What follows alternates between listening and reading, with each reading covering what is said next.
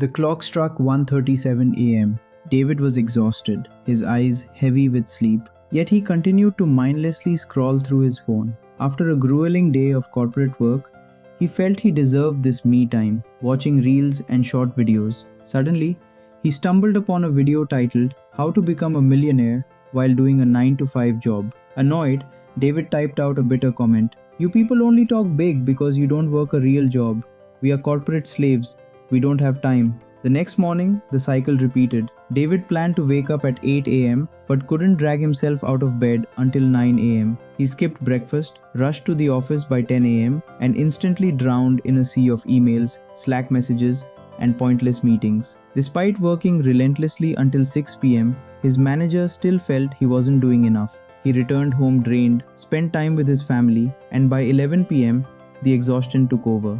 Once again, he opened his phone for what was supposed to be 30 minutes of scrolling, which quickly turned into 2 hours. Everything changed on a Saturday during a family gathering. Amidst the laughter, David's cousin casually announced, "I'm quitting my job." David was shocked. His cousin explained that the side business he started a few months ago was finally gaining traction. "How did you find the time with your job?" David asked, his brow furrowed. His cousin smiled. "I only dedicate 1 to 2 hours a day.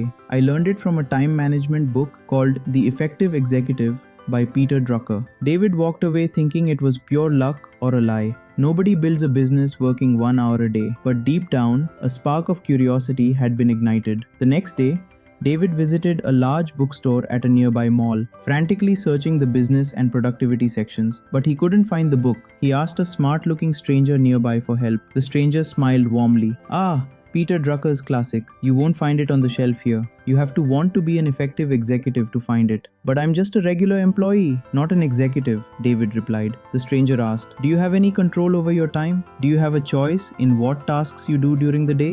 "Yes," David nodded. "Then you are already an executive," the stranger said, "just not an effective one." The stranger introduced himself as Dr. Book, a nickname he earned by solving people's problems using the philosophy and psychology found in books. He offered David his personal copy of the book, but on one strict condition.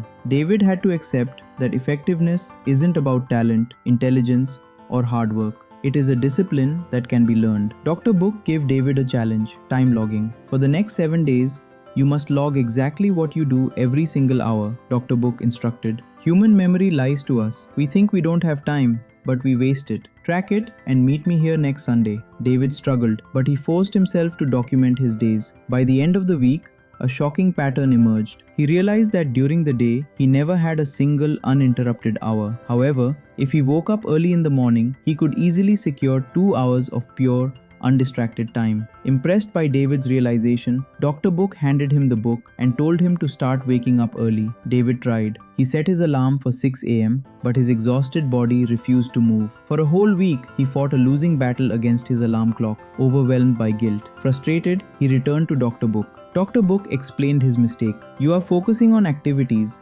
not contribution. It's like running on a treadmill. You burn energy but go nowhere," he said. Dr. Book told him the story of 3 bricklayers. The first was angrily laying bricks. The second was building a wall. But the third, who worked the hardest and with a smile, said, "I am building God's house, where people will come to share their pain." The third man is driven by his contribution, Dr. Book explained. If you want to wake up early, you need a powerful,